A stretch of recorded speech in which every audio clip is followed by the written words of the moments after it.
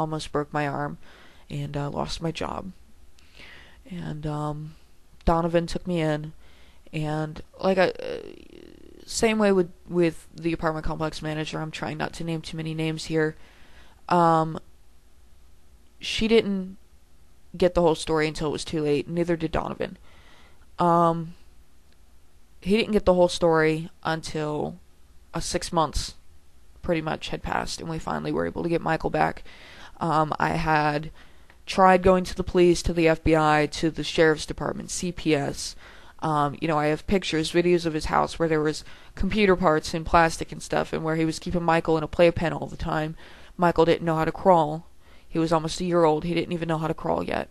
There was a lot going on that was wrong with the situation, and nobody seemed like they wanted to help. It was never their problem. And I basically wormed my way back into Roger's good graces long enough to get a morning visitation, ran out with Michael, because I knew that any cop within their right mind, now that I had a birth certificate, the same way that when Michael was in Roger's possession, and they honored that, if Michael was in my possession, they'd honor that, because there was no court order saying that I couldn't have my son. So we get back home to Plano. Sure enough, the cops show up. They look at the birth certificate. They check over Michael, make sure he's okay. And they're like, it's not kidnapping if the mom takes the kid with no court order saying she can't. So they let Michael stay with me. 4 days later, Donovan's mother was served paperwork for me, saying that a suit had been filed in Dallas County Court to terminate my rights. And this is in December. It's near holiday season. The odds of them processing it that quickly without him having had it prepared in advance are very slim. Roger, I kind of see now that Roger had this planned pretty much from the beginning. I don't know if any of you have ever heard of Stockholm Syndrome, but I kind of had that for a while, where even though, logically speaking, I knew what he had done to me was wrong, I knew it was abuse, I knew, any person in their right mind would be taking care of their own kids, not trying to take somebody else's kid, and at the same time, though, I still caught myself.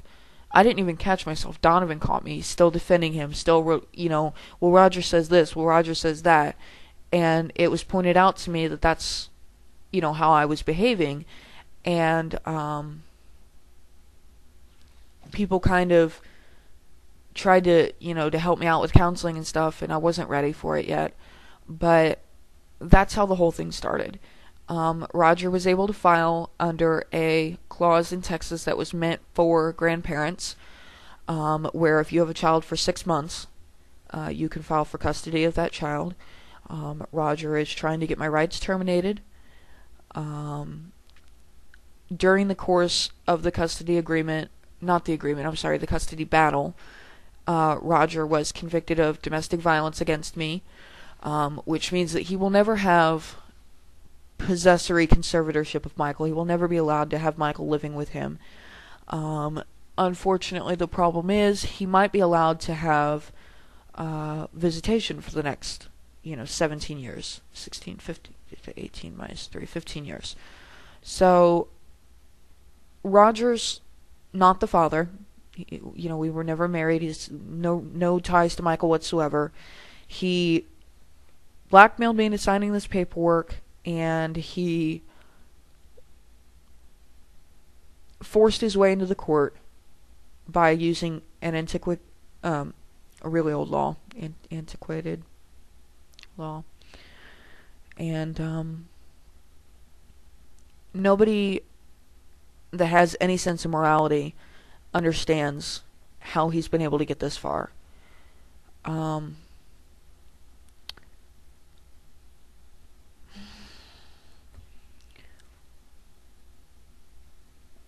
I don't know either.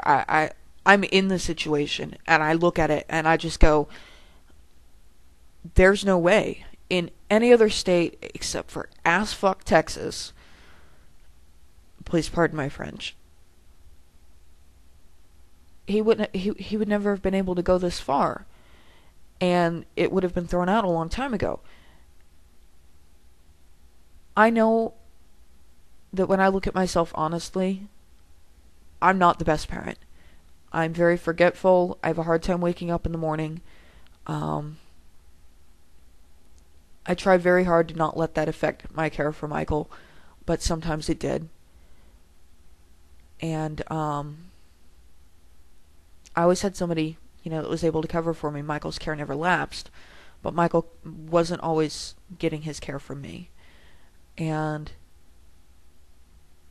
the miracle of the whole situation is that even after 6 months of not seeing his mother when he was under a year old, instead of forgetting about me and forgetting who I was, he knew exactly who I was when I went and got him.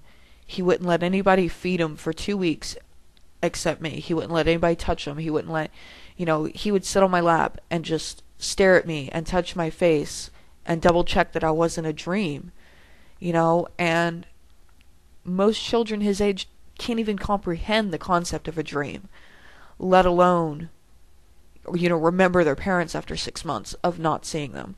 That's why it's so detrimental when these soldiers go away right after, their wives have had children, because the kids don't know their fathers when they come home.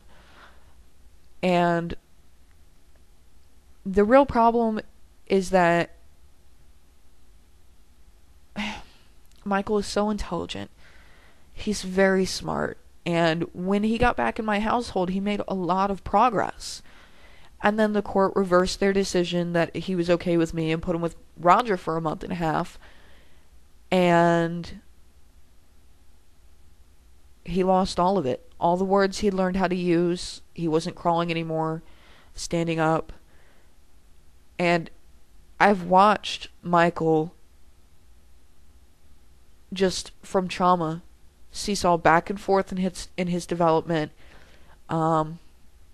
Roger tested positive for cocaine last July, and CPS seized Michael. He's been in CPS, not possessory conservatorship, but they have managing conservatorship right now. When Michael was in a foster home for a couple weeks, he refused to eat. He lost 6 pounds, and when your total body weight is only 36 pounds, losing 6 pounds is a pretty damn big deal. I suggested, pretty much out of sheer desperation, that Michael be placed with Donovan and his mother, just to get him to eat again. Get him in familiar surroundings so that he'll, start eating and won't be so damn near comatose. He was catatonic. He wouldn't talk to me. He'd just cling. And it broke my heart to see him like that. And right now, CPS, it feels like they're setting these impossible standards for me. They want me to do these services that, if I have a job, I'd lose the job because I have to go during the middle of the day to do these services. And if I don't have a job, well, then I'm breaking their logistics on, everything that I'm supposed to be doing, because they want me to have a job full time, go to school full time, be a parent full time, go do my services. I don't drive. It's hard for me to keep a job right now because of the whole court situation. Like in May, I'm going to be dragged away for 3 weeks to Dallas. Whatever job I had, it's gone by the time I get back. They do this every couple of months, and then they wonder why these single young mothers can't fulfill the obligations that CPS has placed on them. And the problem with that is, a lot of times